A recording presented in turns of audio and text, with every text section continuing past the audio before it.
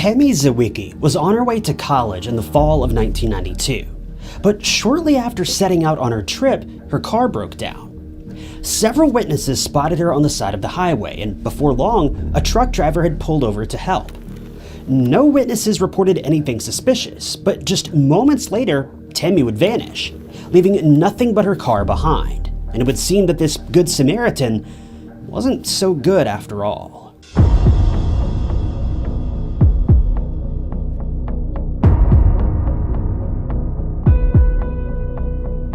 Tammy Zywicki was born in Pleasant Hill, Pennsylvania, back in March of 1971. Tammy was born into a family of brothers, being the only girl among her 3 siblings. Shortly after her birth, her family relocated to Greenville, South Carolina, where Tammy would spend the majority of her childhood. By the time she graduated high school, her family relocated once again, this time going to Marlton, New Jersey. By this point, Tammy had already moved on to college, attending Grinnell College all the way up in Iowa, a lengthy 17-hour drive from her parents' home. But when Tammy wasn't busy with college, she would return home to her family, and she would spend her summer months with her family in New Jersey. She could often be found at her summer job at the local Blockbuster video store. For Tammy, life was going quite well. She was a very well-educated young woman with a very promising future ahead of her, and it's clear to see that she was doing her best to make a name for herself, and her family were incredibly supportive. Tammy was attending college to major in both art history and Spanish, and the 1992 and 1993 college season was her senior year, meaning she'd nearly made it to the end of the line and was almost ready to start job hunting. Tammy never publicly mentioned what she planned to do after college, but whatever it was, she was excited. In virtually every photo that's been shared of Tammy, she's beaming with excitement and happiness, and a smile like hers doesn't come around very often. Tammy was genuinely happy about what the future had in store for her, but little did she know, this happiness was about to be stolen.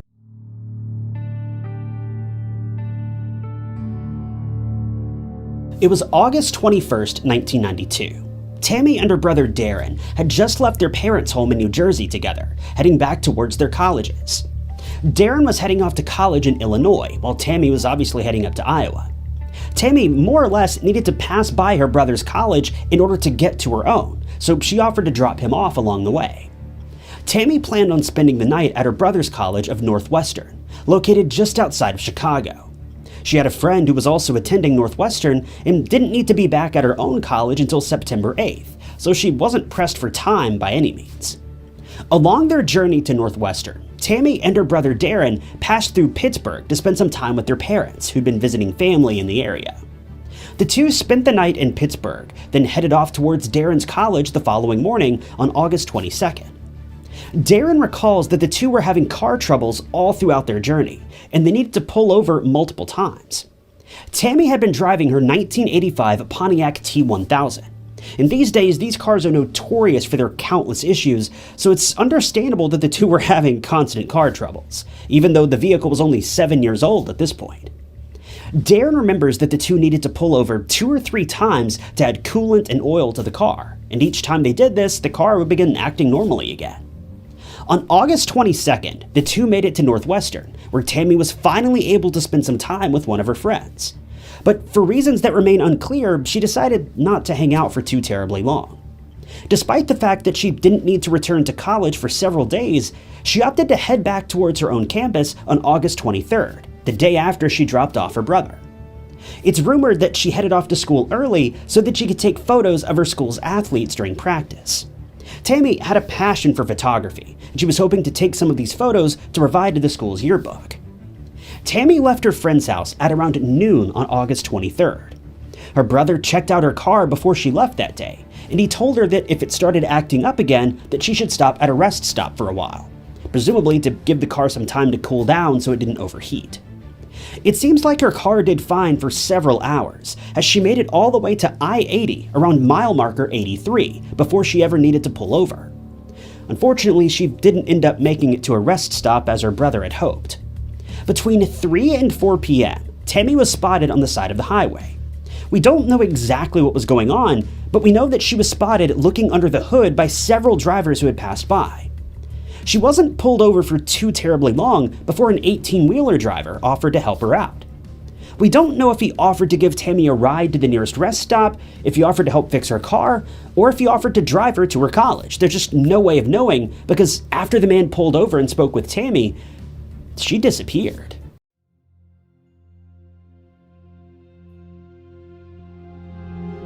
Considering it was the middle of the afternoon and I-80 is a remarkably busy highway, I feel it's safe to assume that whatever happened to Tammy likely didn't happen on the side of the road.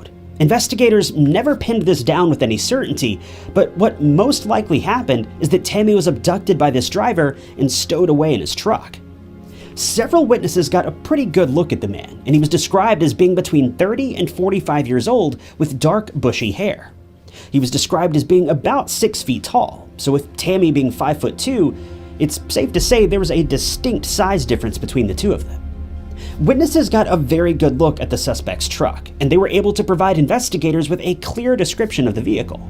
The truck and the trailer were said to have been white, and each of them had brown and orange stripes running across them, with what appeared to be a faded company logo stamped in the middle of the stripes. The truck also reportedly had Nebraska plates. Later that day, Illinois police noticed that Tammy's car had been abandoned on the side of the road. A ticket was placed on the car, and when no one returned to pick it up, the car was towed to the Illinois State Police impound lot the very next day. This was also around the time that Tammy's family realized something was terribly wrong.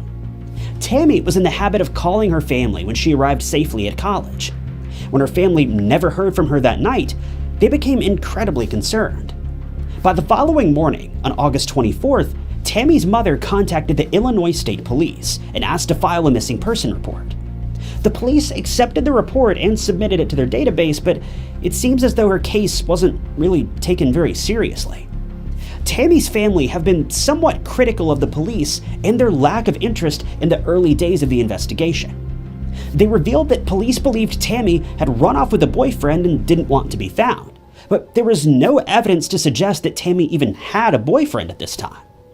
It took police several days before they actually bothered investigating Tammy's disappearance, but by this point, it was far too late. About a week after Tammy was reported missing, police made a haunting discovery. They were contacted by a truck driver named Robert Bullington. Robert says that he saw Tammy on the date of her disappearance. He mentioned that he saw her entering into the aforementioned 18-wheeler, but he had even more info to share. Robert actually knew the driver of this truck personally, at least to a certain extent.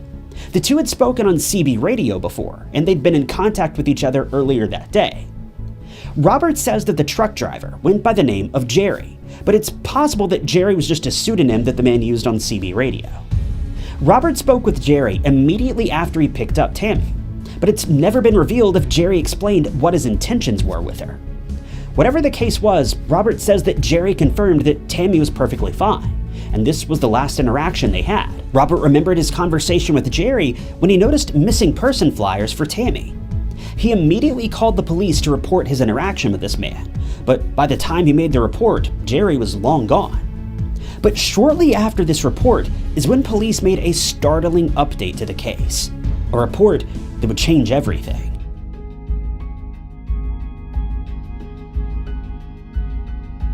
It was September 1st, 1992. A man had pulled over onto the side of the road in Sarcoxie, Missouri, near I-44, to relieve himself and stretch a tarp over some of his tools that he'd been carrying in the back of his truck, as he just heard that rain was about to roll in. As he stepped outside of his truck, he noticed something just off the side of the road but couldn't make out what it was. As he drew closer, the realization of what he had just walked into finally struck. He had stumbled onto a crime scene. Police responded to the scene of the discovery and quickly announced what everyone had feared. Tammy Zywicki had finally been found, but it was far too late for her. Her body was found wrapped in a red blanket that had a label tying it to the Kenworth Trucking Company. Some reports of Tammy's discovery suggest that she was wearing the same outfit that she had disappeared in, but her family claimed that she wasn't. They believed that at some point she changed into different clothes. But the worst thing was, police uncovered evidence that she'd been taken advantage of before she lost her life. The coroner was able to determine that she lost her life between 4 and 7 days before being discovered.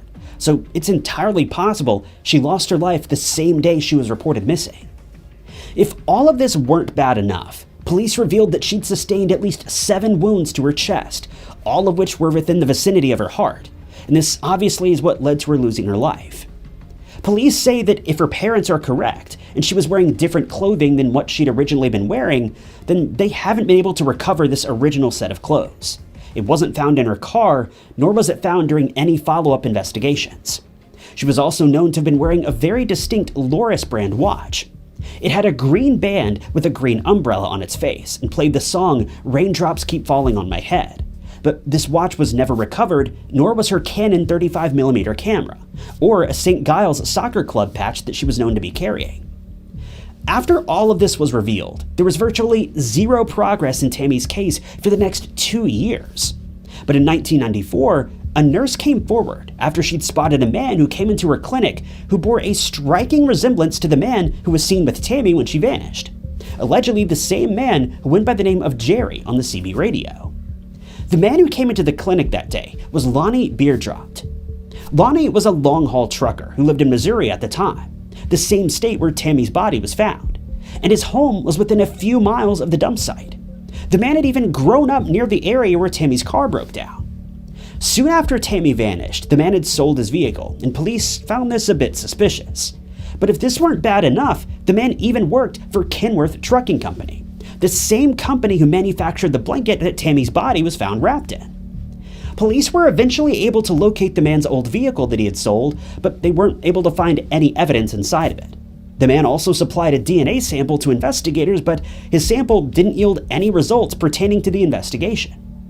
Shortly after, the man was cleared of any involvement, and detectives announced that they would be disbanding the task force that was dedicated to Tammy Zywicki's investigation. They reduced the number of officers on the case from 14 down to just 2. This would be the final update until 2002, 8 years after Lonnie was labeled as the primary suspect. Detective Martin McCarthy, a retired detective who'd been working on Tammy's case, spoke out about the investigation and mentioned that Lonnie had never truly been cleared as a suspect. Yes, they confirmed his DNA wasn't a match and this had more or less ruled him out, but he remained on their list as a person of interest.